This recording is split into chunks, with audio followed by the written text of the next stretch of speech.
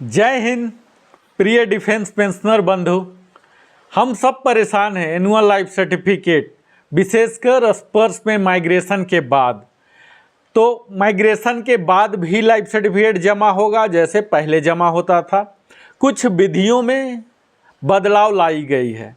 तो हम आज बताएंगे कैटेगरी वाइज, यानी कि जो पेंशनर माइग्रेट हो चुके हैं और जो माइग्रेट नहीं हुए हैं उन्हें कैसे करना है। तो टोटल हम कैटेगरी वाइज बनाए हैं। सबसे पहले यह समझ लीजिए कि इसके लिए आपको क्या करना है। पीसीडीए प्रयागराज का जो ऑफिशियल पोर्टल है https://pcdapension.nic.in में जाना है आपको। कब?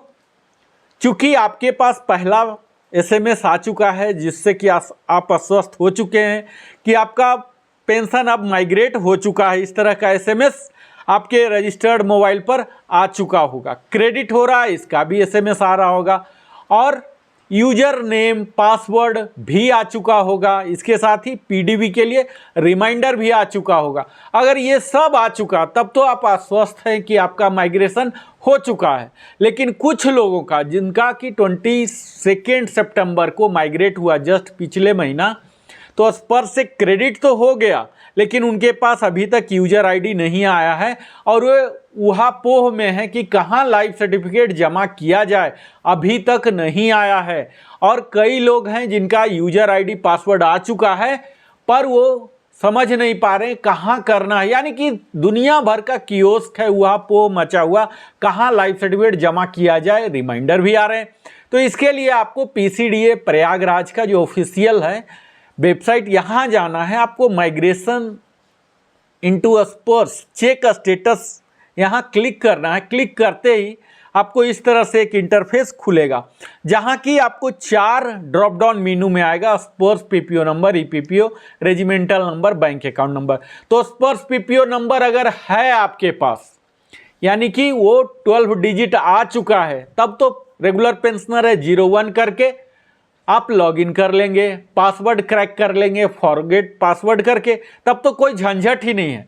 तो ये मुख्यतः झंझट उनके लिए है जिनको कि अभी तक स्पर्श पीपीओ मिला ही नहीं। तो क्या करना है?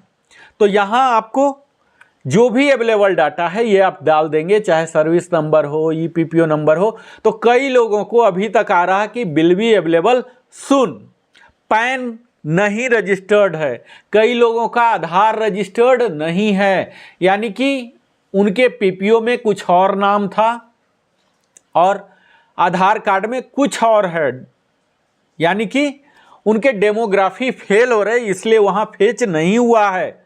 और कुछ लोगों का है कि वहाँ फेच हो चुका है, आधार नंबर भी वहाँ दिखा रहा, पैन नंबर भी दिखा रहा, मोबाइल नंबर और सब कुछ दिखा रहा, लेकिन स्पर्श पीपीओ नंबर अभी तक नहीं आया है। और कुछ का स्पर्श पीपीओ नंबर भी आ चुका है। तो इस तरह से अलग अलग कैटेगरी के हम में से पेंशनर बंधु हैं। अब इनके लिए क्या क्या करना है यह मैं इस वीडियो में बताने जा रहा हूं।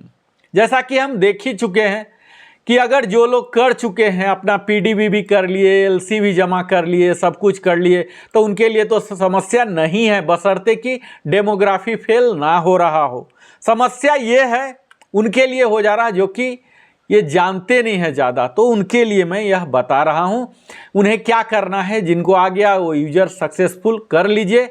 और यहाँ आगे बताऊं मेन सॉल्यूशन, इससे पहले मैं Narendra Kumar wellness consultant entrepreneur trainer आप सबों से विनम्र निवेदन करता हूं, अगर आप हमारे चैनल में पहली बार आए हैं तो अवश्य सब्सक्राइब कर लें, लाइक कर लें, कमेंट कर लें, शेयर करें ताकि हमारे चैनल को भी ग्रो करने का अवसर मिले। अब मैं बात करता हूं कि कितने कैटेगरी है। तो मैंने आपकी सुविधा के लिए 4 कैटेगरी में पेंशनर को बांटा है। पहला कैटेगरी वो है जो माइग्रेट हो चुके हैं और उनका आधार भी अपडेटेड है, यानी कि माइग्रेट हो गए। कैसे पता लगेगा? तो इस प्रकार का आपको एसएमएस आए होंगे। दूसरा, आपको यूजर आईडी पासवर्ड भी आए होंगे। तो आप समझ लीजिए कि माइग्रेट हो गया और आधार भी अपडेटेड है। चूंकि आपका यूजर आईडी पासवर्ड आ चुका है तो आपने पीडीबी भी किया होगा, वहां देख लिया होगा कि आधार अपडेटेड है या नहीं, या स्टेटस में भी आपका दिखा रहा होगा। अगर आधार नंबर दिखा रहा है तो समझिए आधार अपडेटेड है। इस तरह का अगर आ रहा है, यानी कि टोटल डाटा आपका फील्ड है आधार कार्ड पैन कार्ड बिना आपके अपडेट किए हुए, यानी कि आपको सिर्फ वेरीफाई करना है, कोई डेमोग्राफी फेल नहीं हुआ, तब आपके लिए क्या है, आधार अपडेटेड होने से आप डीएलसी डिजिटल लाइफ सर्टिफिकेट जमा कर सकते हैं जीवन प्रमाण पोर्टल के द्वारा, या तो फिर सक्सेसफुल लॉगिन करके आप यहीं से स्पर्श पोर्टल से भी कर सकते हैं। तो आपके पास दोनों ऑप्शन है। अब कैसे करना है, मैं यहां सिर्फ झांकी दिखा रहा हूं कि डीएलसी कैसे जमा करेंगे। अगला वीडियो हमारा रिलीज हो रहा है इसी ट्रेनिंग सीरीज में, जहां की मैं विस्तार में दिखाऊंगा। ये देखिए यहाँ ये सब स्टेप्स हैं जो कि बायोमेट्रिक्स डिवाइस के मदद से हमने यहाँ किया है। यहाँ देखिए, यहाँ बायोमेट्रिक डिवाइस से हमने किया है, सक्सेसफुली हो गया हमारा डीएलसी।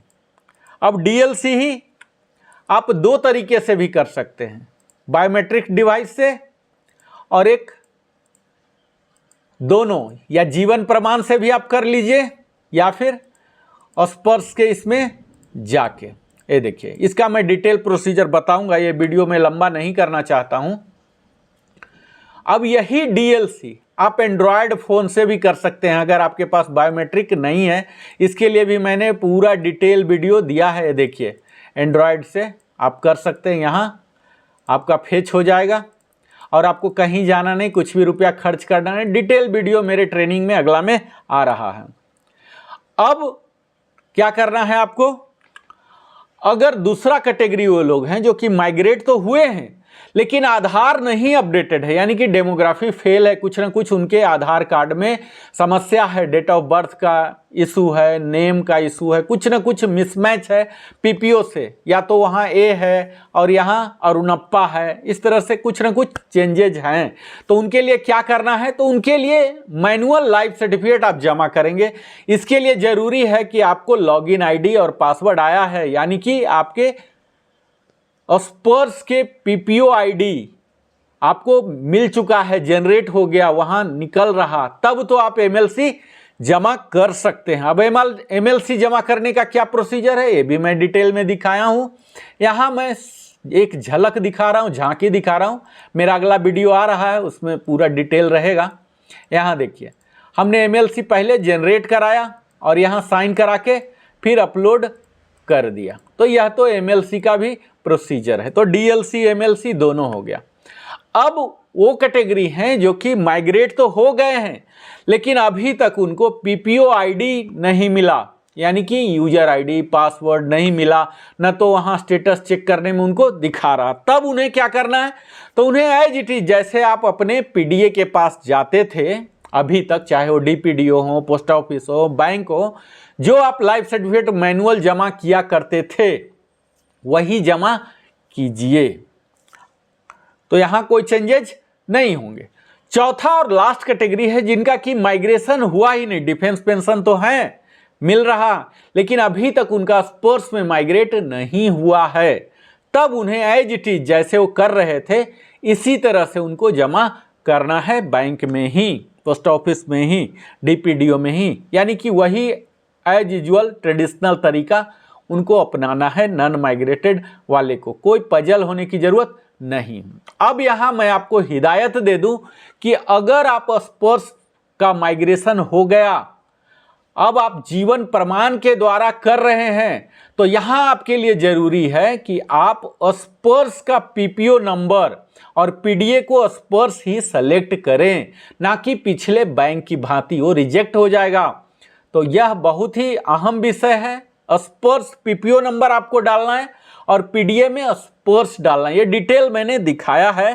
तो मुझे उम्मीद है यह छोटा सा वीडियो सिर्फ एक आपको आइडिया दे रहा है। डिटेल मैं आपको बताऊंगा पूरा, डीएलसी एमएलसी बायोमेट्रिक से, एंड्रॉयड से किस तरह से करते हैं। कंप्लीट वीडियो हमारा अगले ट्रेनिंग में आ रहा है। इस ट्रेनिंग में आपने आइडिया, आपको ओवरव्यू आ गया। अगर आपने हमारे चैनल को अभी तक सब्सक्राइब नहीं किया, अवश्य ही सब्सक्राइब करें ताकि हमारे चैनल को ग्रो करने का अवसर मिले। लाइक करें, कमेंट करें, शेयर करें और यथासंभव मैं बताने का भी प्रयास करूंगा। ये बेल आइकन को भी आप पुश कर लीजिए ताकि इस तरह की कोई भी वीडियो में अपलोड करता हूं तो आपको समय से मिलते रहे। बहुत बहुत धन्यवाद। आप जीवन के बहुमूल्य समय हमारे साथ नरेंद्र कुमार वेलनेस कंसल्टेंट के साथ लगाते हैं। अगले वीडियो में मैं और भी यूजफुल और भी अपडेट स्पर्श के लिए आपके लिए लाऊंगा। तब तक अनुमति चाहिए।